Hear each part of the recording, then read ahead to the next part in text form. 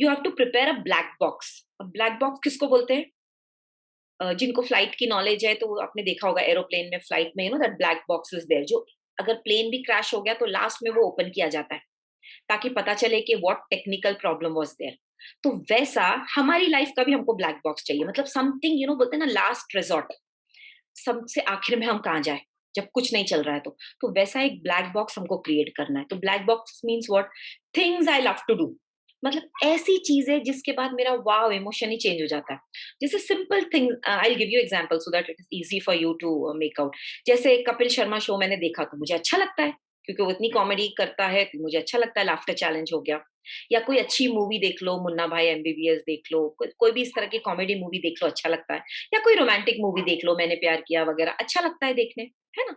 तो इस टाइप का आपको लिस्ट बनाना है, वो मूवीज के नाम लिखना है, कोई रोमांटिक सॉन्ग्स है, कोई धमाल वाले गाने हैं वो लिखो, जिससे आपके इमोशंस चेंज होते हैं। तो this will be a black box. तो जब आपको ऐसे थॉट आते हैं और आप लो वाइब्रेशन में जाते हो तो आपको स्विच करना बहुत ईजी हो जाता है कि हाँ, मैं ये चीजें कर लूँ। जब या कोई फ्रेंड है आपका जिससे बात करने से आपको अच्छा लगने लगता है, कॉल दैट फ्रेंड। या कोई बच्चा है आपकी फैमिली में जिससे वो बच्चे नहीं, छोटे बच्चे तोतली बात करते हैं, बहुत अच्छा लगता है उनसे बात करके, मजा आता है। तो ऐसे बच्चे को फोन कर लो ताकि आप वो इमोशन से बाहर निकल जाओ। पर ये कब कर पाओगे? जब आपका ब्लैक बॉक्स आज रेडी है। See now while listening to me you write down आपका ब्लैक बॉक्स क्या है। मैं इतने एग्जांपल्स दे रही हूँ, आपको समझ रहा है। खाली यहाँ एक चीज आपको ध्यान रखना है, when I am telling you songs are also black box, because कोई-कोई सॉन्ग से I reach in some other world. But इस वक्त ऐसे सॉन्ग नहीं सुनना है वो, जब दिल ही टूट गया तो जी कर क्या करेंगे। Please no sad songs. तो आपको इस तरह से सॉन्ग्स की लिस्ट बनानी, अच्छे गानों की, जिस जो रोमांटिक है या फिर धमाल वाले हैं। देन मूवीज हो गया। Next step that is you should have your goal book handy. अब आप बोलोगे ये मैम क्या बताते हैं सुसाइड के टाइम पे गोल बुक? लेकिन देखो, गोल बुक वो है विच कीप्स अस गोइंग, हम क्यों जी रहे हैं। तो गोल बुक में वो सारी चीजें जो मुझे मेरी लाइफ में करना है ना? मुझे हॉट एयर बलून में बैठना है, बंजी जंपिंग करना है, या मुझे ऑस्ट्रेलिया देखना है। इट कुड बी एनीथिंग ना। गोल्स कीप यू अलाइव ना। आपको क्या करना है लाइफ में? मुझे शादी करनी है, मुझे बंगला लेना है, मुझे ये करना है, मुझे वो करना है। तो you keep this goal book very handy. तो इससे इससे क्या फायदा होगा आपको? जब ऐसे थॉट आ रहे हैं ना, just open your book. And goal book में तो हम सिखाते हैं कि you cut images and stick, if you want to go on a cruise, आप क्रूज का फोटोज में स्टिक कर दो। तो वो सारी चीजें जब आप देखते हो ना, वो इमेज देख के वाव वाली फीलिंग आती है। फिर आप सोचते हो, अरे मैं मर के क्या करूं, इतनी सारी चीजें तो still it is to be achieved. इतनी सारी चीजें लाइफ में करनी है, मैं मर के ये सब, इसका परमानेंट दी एंड क्यों कर दूं? तो keep your goal book handy. और इसके साथ साथ एक और मैं ऐड करना चाहूंगी, you should know your ikigai. Ikigai is the purpose of life, मतलब why do you get up from your bed. जिसको इकिगाई के बारे में ज्यादा डिटेल लेना है तो my video is already there on YouTube. You can just go to that video and watch that session on ikigai. तो इकिगाई से आपको पता चलेगा what is your ikigai, why do you live, why do you get up from the bed. तो जब आपका ikigai clear है तो ऑब्वियसली आपको life will be worth living. Move on to the next step. Next step में आपको क्या करना है? आपको 51 लोगों की लिस्ट बनानी है। See I am telling you lot of list, but you have to do this. क्योंकि क्या होता है ना, प्रैक्टिकली जब तक आप नहीं करोगे ना, सुन के नॉलेज लेके कुछ फायदा नहीं है। These are all application things, you have to apply it. Make a list of 51 people who have directly indirectly impacted your life. Obviously parents का नाम आएगा, ब्रदर सिस्टर का नाम आएगा, टीचर्स का नाम आएगा। उसके अलावा जब आप ये लिस्ट बनाने बैठोगे ना, 10-15 नाम तो बहुत इजीली आ जाएंगे आपको। 15 नाम के बाद ना, you will have to dig yourself inside, and you'll go into small minute things, या आपके अर्ली चाइल्डहुड की छोटी छोटी मेमोरी ऊपर आ जाएंगी। मे बी कोई ऐसा अजनबी जिन्होंने रास्ते में आपको हेल्प कर दिया और आपको कोई नया डायरेक्शन दे दिया। आप ट्रेन में ट्रैवल कर रहे थे, ऐसी गप्पे मारते मारते वो कोई बंदे ने आपको इतना कुछ बता दिया जिससे आपका करियर चेंज हो गया और आप लाइफ में फ्लरिश कर रहे हो। So it could be anything, people who guided you, who taught you something, या आपको कभी उन्होंने राइट टाइम पे हेल्प कर दिया। ऐसे लोगों की 51 लोगों की लिस्ट बनाइए। Again, I'll tell you, when you make this list, there will be a lot of realizations। और इस realization में एक ये होगा कि आपको पता चलेगा कि आज आप जहां कहीं भी हो, जहां तक पहुंचे हो आप, ऑब्वियसली बहुत कुछ अचीव किया है आज तक भी। तो यहाँ तक पहुंचाने में कितने लोगों का हाथ है। कभी कभी हम बहुत सेल्फिश हो जाते हैं और हम सोचते हैं मैंने मेहनत किया इसलिए मैं यहाँ तक पहुंचा हूं।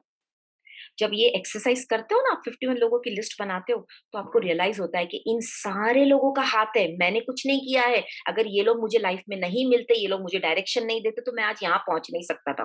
तो आपको फिर ये भी रियलाइजेशन होता है, if you and your life, आप इन सारे लोगों की मेहनत बेकार कर रहे हो, जिन लोगों ने सेल्फलेसली आपको हेल्प किया है। उसको उनको आप वैल्यू नहीं दे रहे हो, उसकी कदर नहीं कर रहे हो, ना कि आप अपनी जिंदगी की कदर कर रहे हो, and within a fraction of second you want to end your life. What are you doing?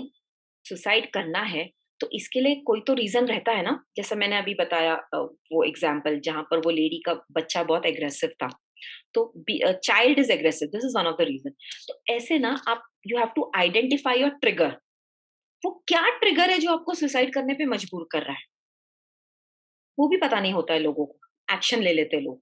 तो आपको उस ट्रिगर को आइडेंटिफाई करना। आप कैसे आइडेंटिफाई करें? इसके लिए ना आप जो भी दिन भर में अपनी लाइफ में प्रॉब्लम फेस करते हैं, it could be simple problem like आपको रोज ट्रैफिक फेस करना पड़ता है, या आपका बॉस आपको रोज डांटता है, या आपकी मेड टाइम पर नहीं आती। Whatever problem you are facing in life ना, make a list of those problems. जो भी सुबह से लेके रात तक आपको जो भी प्रॉब्लम फेस करना पड़ता है, your husband shouts at you, your wife is always doing खिटखिट, whatever is that problem, just make go on making a list. Because इस लिस्ट में से आपको समझ में आएगा कि ये इसमें से कौन सा आइटम है या कौन से आइटम्स है जो मुझे ट्रिगर करते हैं सुसाइड के लिए। Sometimes there may be combination of 4-5 things which makes you feel like going for suicide. तो ये लिखना और आइडेंटिफाई करना बहुत जरूरी है, क्योंकि आप लिखोगे तो माइंड क्लियर होगा, और जब माइंड क्लियर होगा तो आपको सोल्यूशन मिलेगा। क्योंकि प्रॉब्लम है ठीक है, लेकिन प्रॉब्लम को लेके कंप्लेन करते बैठने से कुछ नहीं होने वाला ना। You should have a solution for it. जैसे आपकी हेल्थ अच्छी नहीं है, डॉक्टर ने बोल दिया आपको कैंसर हो गया, so that is one of the problem. आप उसका सोल्यूशन, सोल्यूशन क्या होगा? ऐसे लोगों से मिलो जिनको ऑलरेडी कैंसर होके वो अभी ठीक अच्छी लाइफ जी रहे, उनसे बात करो, उनको पूछो तुमने क्या किया, तुम कैसे इसमें से बाहर आई, तुम्हारे साइकोलॉजिकल कंडीशन कैसे थे, तुमने इसको कैसे ठीक किया, तुम्हारे आसपास के लोगों ने तुमको कैसा सपोर्ट किया, कौन से डॉक्टर्स के पास गए, डॉक्टर्स की एडवाइस आपने कैसे सुनी, कीमो लिया तो कितनी तकलीफ हुई, उसमें से आप बाहर कैसे आए। Ask them, ask them. ऐसे लोगों को मत पूछो जो आपको और खींच के नीचे लेके जाए। ऐसे लोगों को पूछो जो आपको मोटिवेट करे, जो आपको हिम्मत दे के कुछ नहीं होता है, सब चीज पार कर सकते। ऐसे लोगों से मिलो और उनसे सोल्यूशन ढूंढो। So this is one of the area where I am telling. ऐसे आप जो भी आपके प्रॉब्लम की लिस्ट है, वो प्रॉब्लम किसी ना किसी के पास तो होगे। दुनिया में आप एक अकेले बंदे तो नहीं है ना जिसके पास ये प्रॉब्लम है। ये प्रॉब्लम और भी किसी के पास होगी।